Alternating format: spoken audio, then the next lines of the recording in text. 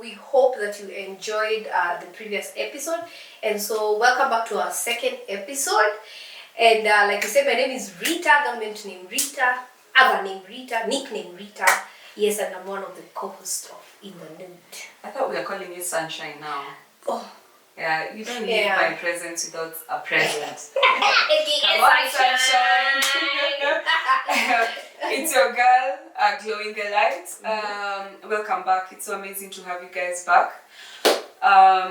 And so today we wanted to take this a bit deeper. Yeah. And we thought, like, since we started with introducing ourselves, so now today we just kind of want to have a deep dive into like who we are. And we'll be looking at who do we identify as. Come on. So yeah, that's the title of today's episode. We'll be looking at identity.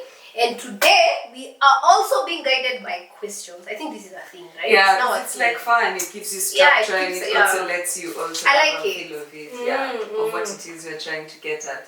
Wow. So you say deep. You say deep, right? You told them deep. Deep dive. So who do you identify as today, and how did you get here? Who do I identify as today? It's really been a journey for me to get through to this one. So today, the simple answer or the direct answer to that, who do I identify as? I identify as a child of God. I am a child of God. That's my whole identity. It's complete, wholesome, all of it. All the balanced diets, everything that you can put together. That's who I identify as. But how did I get here? It's been a long journey for me. So the breaking point for me was actually deep dive. Tell us. I started this journey for my identity as a child of God when I was pregnant. What a time. Alone, in solitude, by myself. It was a dark moment. And it was actually funny because my encounter went like this. I know everybody has their own tale of how they found themselves in a specific identity. But for me, I was pregnant. And did you know you're not allowed to drink when you're pregnant? Wow! You don't say. I don't say that, do I? So my lifestyle before that, because I can't count the number of weekends that I inebriation and highness. So I come to this one day, I find out I'm pregnant, and I can't drink anymore. So as I'm sitting there trying to just be a decent human being, because at this point, that's like what you're going for. That's like the maximum I can achieve, decent-ish human being. So I can't drink, and what do you do after you can't drink? For me, to social media, Facebook. Yeah, my age is showing. But Facebook. Really clearly. And I was just scrolling through a friend's page, and I come across this clip, and this guy is talking, and he says, because I was really antichrist at the time, and this guy is talking about how an axe is supposed to hang out with other axe because it's supposed to stay sharp and all of this. And I remember thinking, the reason our society and this God thing doesn't work. And I thought, I'm going to come for you.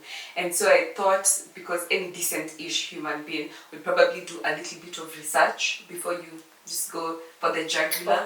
And so I went and watched the whole thing so that I could really tear him apart and I could take him go out at him properly. Yeah. And I actually found out that there's also danger in just hearing bits of information without context. Because really what he was going at, my thought was, if you're telling an axe, it needs to hang out with other axes for it to stay sharp. The person who created axes really created axes so that they could cut timber. That's why you create an axe, or why would you create an axe? That's the logical reason. Yes. So for you to say that you need an axe to stay with other axe and other steel so that it remains sharp, for me doesn't make sense. And as I went and as I had the whole thing, I understood the essence of what he was trying to communicate, which was basically you need to recharge. When you are a certain type of person, if you want to be a millionaire, you can't be hanging out with broke people, of course, who procrastinate and have.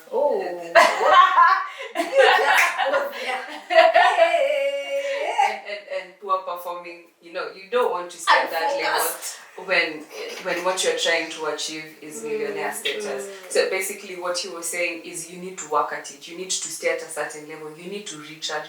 After the axe has cut its wood, it also needs to get sharpened so it can keep doing what it's supposed to do. And then I was like, okay, he's not the dumbest guy in the universe, so what are you going to do about this? Now that I'm sober, I ended up binge watching all 7, and that started my journey into my identity today as a child of God, because he actually talks about like relationship goals, and he talks about how we struggle so much with relationships. You're trying to relate with your child, with your father, with your husband, whoever. But if you don't know who's the originator of relationships, it's really hard for you to get it right and fully right, in a way that's also beneficial for you and beneficial for the other person. And that's how I started my journey to as a child of God. Oh, wow. I wasn't seated somewhere, because I've been to the church for a long time. Yeah, we know you've been in church for a long time. Brought up in church, but none of those things really touched me. I never understood it. I never got it. So I was there, and for a good proper period of time, I checked out because it wasn't the space for me. It wasn't my time. Didn't make sense. I couldn't resonate. It was just stories ajaba. Of course. Yeah. So what a journey. What a journey. Okay. For me, it has not been easy. I think I'm the other half, or maybe the 3/4 of the people who did not really know what identity is. I thought my identity is being a marketer, a single parent child, a sister, a mother. That is the latest one, and a wife, of course. But now, yes, I resonate and I understand why I'm rightfully called a child of God and a daughter of the Most High. Yeah. What's your journey like to this? Why do journeys have to start from a dark place? Why do you have to hit rock bottom? Because if you are not pregnant, and then you would have not been in that place. Most probably you would have been somewhere drinking, and you have been told, stop drinking. You'd be drinking somewhere. So anyway, mine has come from a place of understanding that God loves me, like me, Rita, like me. Me, I always thought, in my head, how I pictured it is that kuna mapasta, kuna wale wameokoka, kuna wale wanaenda church, because I never even used to go to church. There are those people who God looks at. It's like, these are my peeps. I hang out with this. Maybe I was Zuko partying, Zuko being of the world. Yeah. I was like, God cannot be. And most probably a Jew. Imagine I used to say that. And knowing God loves me, even like that. Now, that's what I identify. My journey came even after I was a mother. And hey, again, rock bottom. Hey, it was chaotic. Hey, tulikuwa mbaya with my husband. I was like, usually there's somebody called God. I'm pregnant with my second baby. We are broke. We are broke. And ukitoshia na watu wako broke, unaangalia tu hivi. Umekula. Watu kuchapa ni eti unaniangalia hivi. Nipe food. Umekula leo. Unaona mtu amejifarafara azina anajiangalia kwa mifuko.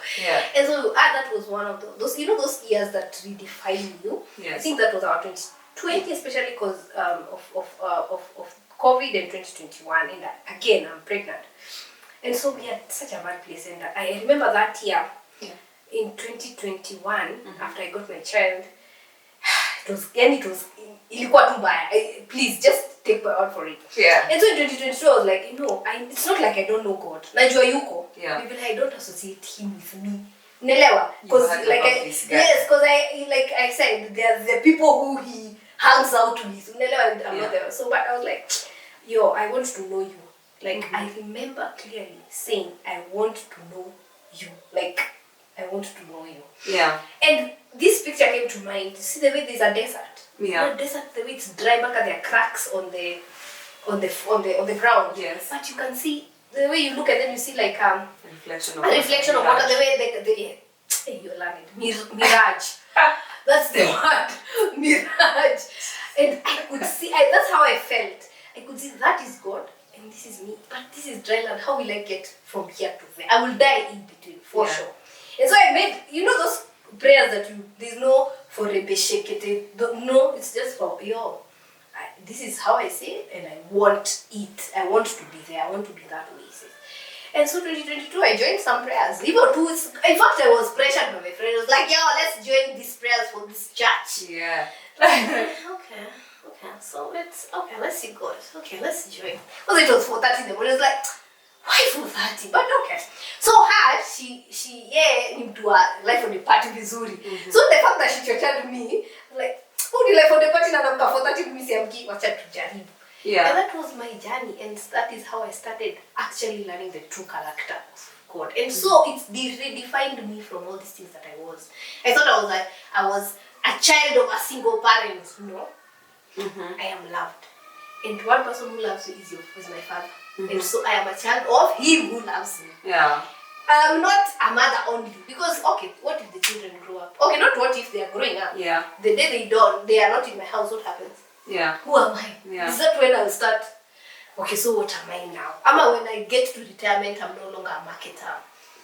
So I figured, the fact that he loves me, that really moved me. Because like I said, I thought there were people who he really loved. Yeah. But me, there is no way. Couldn't be possible. He knew me by name and he loved. By the time you love somebody, it's written, God is love. The feeling that we feel. This person I love. When you're in love, that feeling is nothing compared to what he is. And he is that feeling. Yeah. I don't know if you're getting the message. But anyway, that's my journey of knowing that I'm loved. And the fact that he loves me makes me his child. Me, by the way, I'm rightfully his because he loves me. Like, come on, anipenda, mimi ni wako, by the way. Yeah. Yeah, that's my... Yeah, is it me who read this? Yeah, it's me. So, yeah, that's how I got here. That's a beautiful journey. Yeah. Thanks for sharing that. Thank you. You're welcome. Okay, so this actually would take us back a bit. So what are some of the other things you've identified as in the past? I just mentioned mine. So especially just redo it in a bit more depth. Especially the single parent one is and that's guys, I'm writing a book. So it will be out soon. I may just say it right there because I'm writing a book, and the book is about what your eventuality, what you think eventuality is, or what you think you're going to be, is not defined by where you grew up or what you saw. Let me explain. In my family, I've never seen a male figure. Like I didn't find my grandfather, so my shushu was a widow. My mom is a single parent, and then my sister got married for a while and then came back. My auntie, same. So the male figures are my uncles. Yes, they are married, but they're not really pretty close. So then I've seen women, just women. Yeah. And so it became honestly, that was my biggest identity. In fact, that's how I knew what I will become. I knew it. See, it's only just getting a man. Bring your seed. We have a child. Deuces, thank you for your services, my brother. You have donated, and so I become a single parent because that's what happens in our lineage. And that's not the eventuality. I was shocked. In fact, I was shocked. Just being that I am here, I am living a different life is testament that. What do you mean by you're living a different life? I'm married. I have 2 children. I'll be married this is my 8th year. I'm married. I'm sorry. Like it has worked. Those people who are always 1 foot out of the doors, like ikitu ikihata, narudi tu mtaa, ikitu watu wanafanya, watoto my mom did it, my grandma did it. So for the longest time I was like that until I realized that was the wrong perception. That was the wrong perception, and that was not my intention. And so that was my identity. Yeah. That one, especially that one for single parent child, and my eventuality being that I'll be a single mother. Yeah. That was the biggest one. Apart from now the ones that came along, which is from my career, from now who I am right now, I'm a wife, I'm a mother. Yeah, so those are my identities. Okay. I see that. Long story short. Okay. Interesting. So what are some of the things I've identified with in the past? Like who I've identified as growing up, I was a PK, a pastor's child. My father has been in ministry since I can remember. You got here, you found Yeah, there. and owing to my lack of ability to understand or whatever, like I just wasn't there. And you find that you go into the world and the way you live at home is not the way the world operates, and I just didn't like it. So I was like, no, I don't like that. I don't like being a PK. In fact, I remember making an intentional decision never to tell people that my father is a minister, because then you start getting those clapbacks like, oh, watoto wa pastor, they're like this, they're like that, they're so horrible. And this is the story that everybody who doesn't go to church knows. The prophet Eli, sorry. Eli and his horrific children. Yeah. So you become that still. And I was like, you know what? I'm going to live my life. From everything that I've been able to say about him, he's legit about what he believes, and that's fine, but that's not my thing. That's not me. So yeah, Not so I've been a PK, and then I was like, that's not my thing. Yeah. I've also been a sibling to 3 brothers. Yeah. And I remember being like the daft one in the family. So all your marks, everybody's just bringing home, pass. Everybody mark. Everybody physics. And it's not working out for me this identity. Yeah. Then you go out, and my brothers used to play rugby. So now you're the sister to the Tumbi brothers. And it's like, you know, that's your identity. And it's like, I don't know what I'm supposed to do here. And then also growing up, there was the aspect that, you know, how we're brought up as girls, especially when you're brought up by a mother, your mom is always trying to tell you, also girls are like this, you're a girl, sit nice, you're a girl, do this, you're a girl. And I remember my mom used to be like, even when you wear something that was a bit revealing, she'd be like, no, that's for your husband. And then, you know, she's like, and I'm like, all this drama, these people. Then just growing up, being in high school, after high school, meeting people and being a girl, having girlfriends, and then, you know, like the group of girls. Oh, those ones. In that group of girls, every girl has their own unique thing. There's the one who gets drunk. Yes. You have to keep looking for her. There's the one who's There's the the crier. There's the troublemaker, the one who's always crying, the one who's always sleeping. And for me, I think there's the pretty one, yeah? The face of the group, I believe. Like when you, but no, yes. So I'll give it to my girls. Hey! A lot of beautiful women. They're all pretty, yeah? So they would alternate a couple of times. But I wasn't like the pretty one. I wasn't the, you know, self-esteem issues. We are recovering. We are getting there. Yeah. So I remember settling for being the cool one. And my interpretation of cool was like drinking, smoking, partying, you know, last man standing. Yes. And if you can't identify as a pretty one, you take the one that's available. Yes, you pick it up. So at some point, I have also identified as that girl, the chick with the, you know, the back talk, the dirty language, me and the mouth of a sailor. Yeah. You are that one. Yes, Ikaga, proper. We can't gas. Oh my goodness, you are concoct. Oh my wow. Exactly.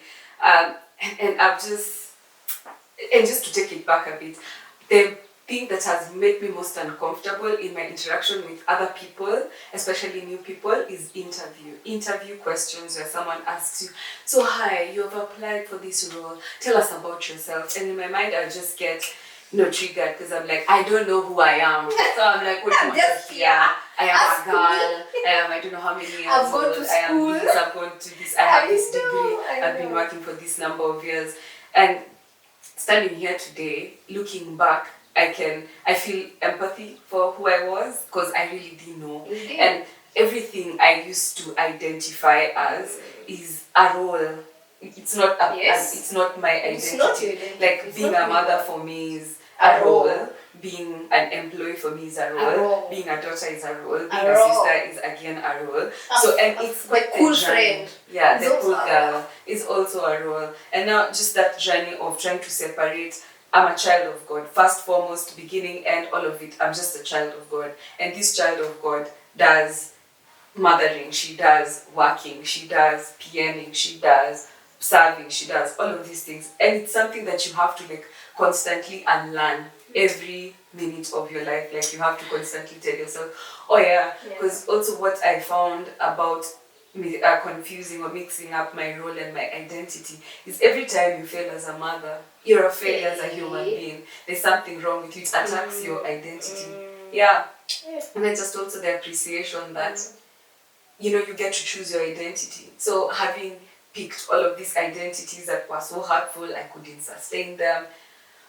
Yeah, that's deep. Yeah, That's it deep. was Yeah, heavy, but it we've was all really, got that. really heavy. We've all had those phases of even growing up. You should be Yeah. this. You should be this. Even the community, the That's media that us, yeah. surrounds us. I feel as if even the cultural, the society, the society dictates who you'll be. At some point, I'm thinking. What you said, you just said you're a girl, your mom is going to be telling you this up to a certain age. You get to adolescence, and then you're told, hey, you're still a virgin. What's wrong with you? My friend. Then, in fact, do you know that being called a virgin can become an identity? Like, you need identity. You know, marry them. It's actually that. And so, I think it's so many things that we have been told that dictate what we think our identity is. Yeah. I think the one most profound thing about being a child of God is that it will never change. Yeah. Yes, of course, being a mother will never change, but when you're not doing this role actively, like when these kids are big and you're not actively doing this role, yes, when you mama nani, it's still a role, but being that you ni kama unaitwa the zombies, you'll forever be a zombie as much as it's as much as it's a role, you know. And that is the one thing, regardless. You see, me when I was uko deep in the kwa dunia, I was still a child of God. It's just that I didn't know. All these things have dictated, had spoken into my identity. But that is what I am from the beginning and to the end. Even after I die, I will forever be a child of God. All right. Was that your question or mine? Mine. The last one. How has your identity now shaped your life, decisions, finances, habits, values, and talk? Should we start with the talk? You are a sailor. Yeah. Anyway, that's let me answer this. How has it shaped my life? Is that I don't have to stress, basically. I'm a child of God. He's got me, like, even in any situation, do you know that's the most satisfying thing? You, like I said, I thought I should fix my life. Yeah. But in God, there's nothing for you to fix. He clearly says you should trust Him. And so if you leave it all for Him, He does it. And so how has it shaped? How has my identity being a child of God? Is that there's somebody looking out for me. Like like my child right now. That's how I foresee it. It's like my child right now doesn't know where food will come from, doesn't know where she will sleep.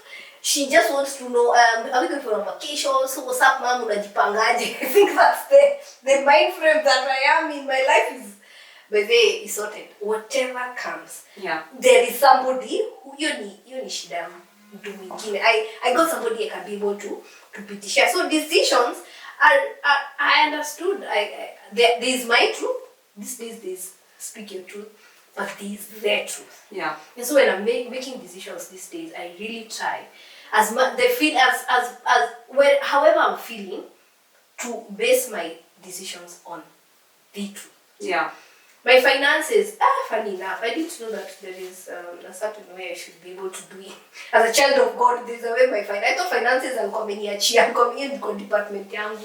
I can, but clearly, He says you have to save, you have to have 7 streams of income. Yeah. Our God is wealthy, He is the owner of everything. Yeah. And so there's no way He can create all this wealth and then He does not even give us how to run about it. So my finances these days, when He talks about tithing, it's not for jokes. Yeah. So for this, not that He fanya aje glow.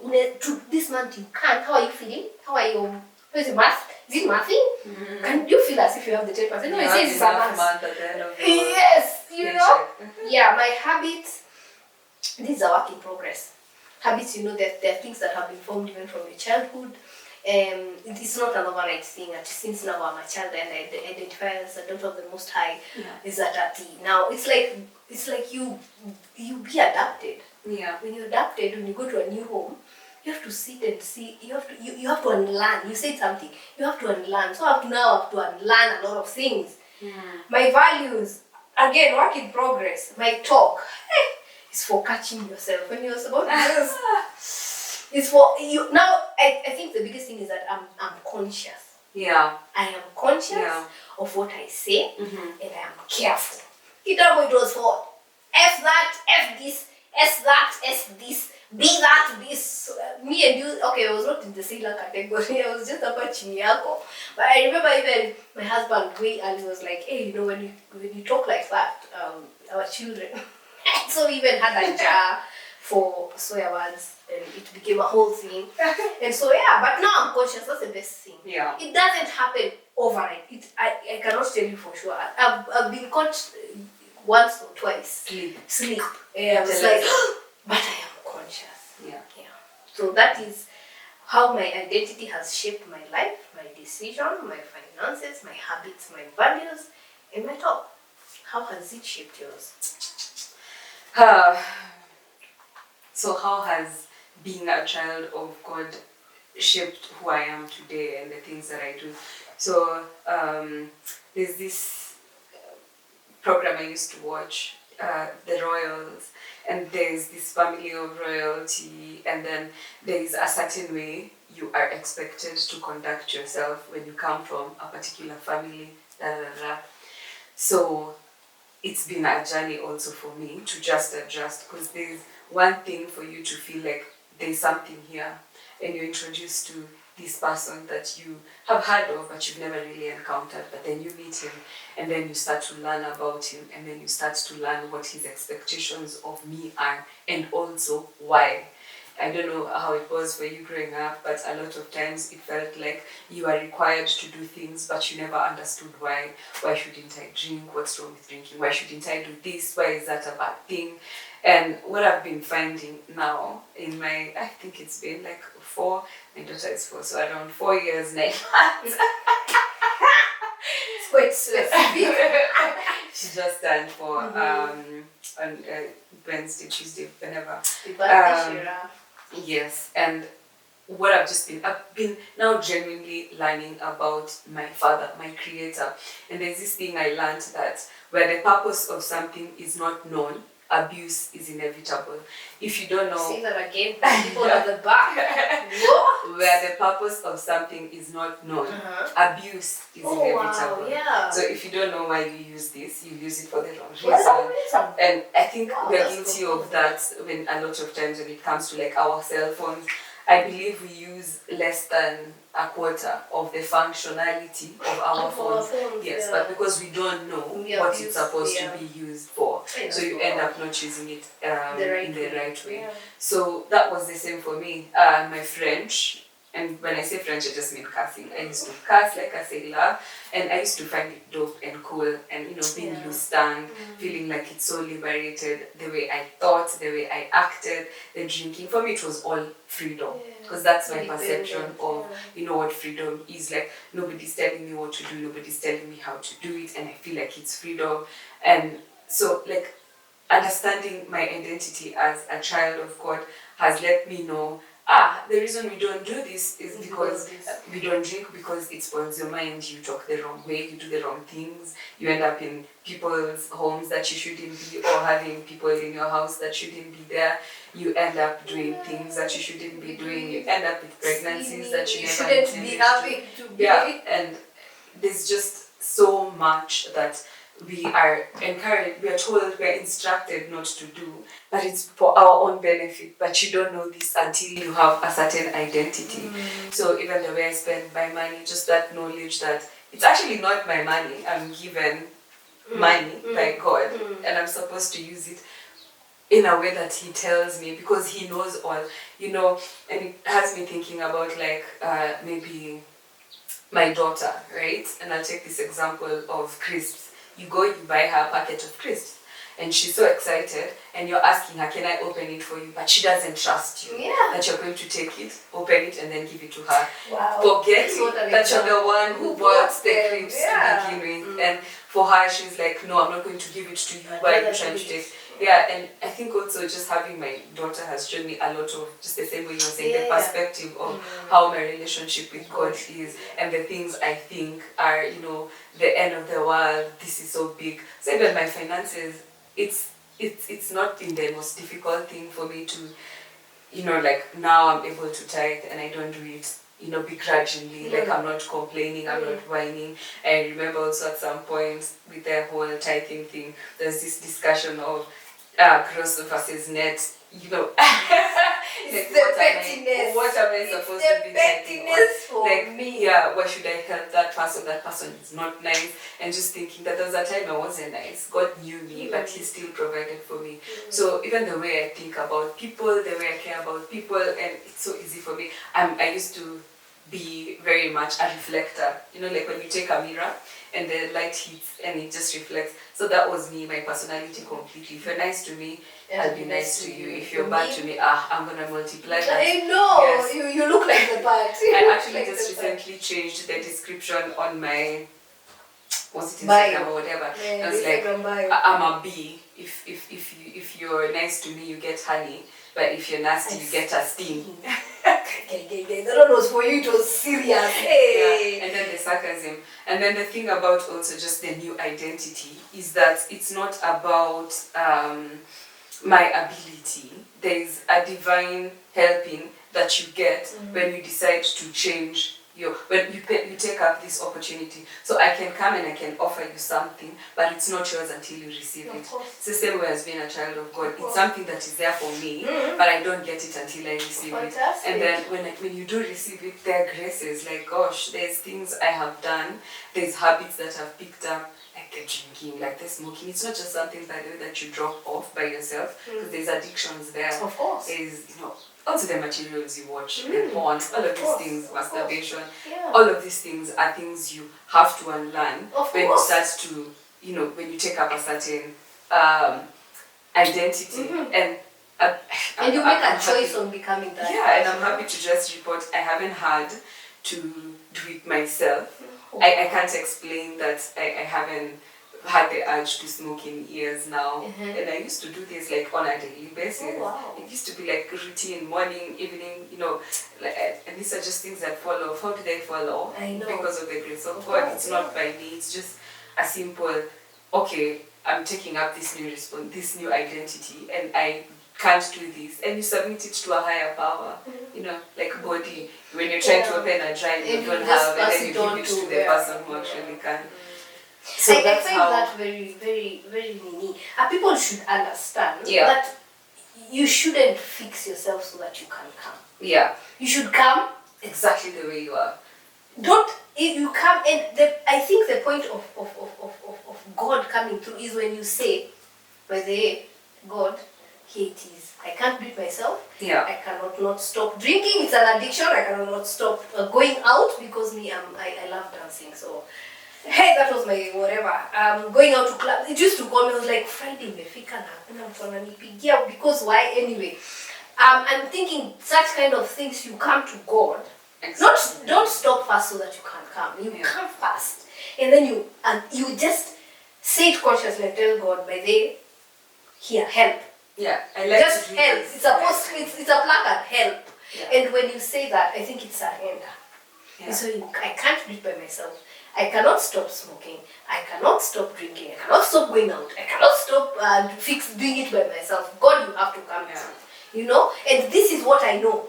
It's a habit, and a habit is something that has been done repeatedly over and over again. So if you if you go out every Friday imefika, now what do you do with your time? In fact, everything will be everybody who has not ever called you in like 2 years is like, hey, have you been? I'm in town. Can we hook up? That is when they will call you. But if you say help, I feel the grace. You've talked about the grace of God, and I think also the Spirit of God. Yeah. Wow. I don't know if people understood why we decided to discuss who we are. It's because like we said, it's like we have a past, and we have a journey, and we believe everybody has a story, and nobody's story is worthless. And God wants you. Don't fix yourself and then come. I think that's me my biggest Take out from this. take out from this is like don't fix yourself, because I think that's always like nikiachanga kukunywa ndio nitaenda church, nikiacha kulala na wasi ndio nitaenda church, nikiacha kuona porn ndio nitaenda church. But in actual sense, no, whatever is happening. And so just on the comment section, go and tell us who you identify as, why, what made you identify as that, and also subscribe to our channel if this is the kind of stuff you want to hear, authentic stuff. Even us, it's a new journey for us personally. It's not a very old journey for me. Yours is 4 years and something. Mine is, I think, 2 years. 3 years. And so I don't know it all. I'm not sitting here knowing it all. I'm here because I have seen there is a good thing at the end of the tunnel. And so I'm learning. And so even as I learn, I want to welcome everyone who has a distorted kind of thought about identity. Yeah, and that's why I think we picked identity as a topic today. Yeah, especially for me, I think it was more of like the fact that we don't talk about it specifically. It's not a thing that we learn about. There are some critical elements of our lives that we are not sat down, taught about, and thought through. And basically, this is supposed to just invite you to a space where you can audit who do you identify as? Why do you identify as that? What has shaped you getting to where you are? And also, are you like struggling with your identity? And where has that left you? So it's just an invite, really. Audit, share with us.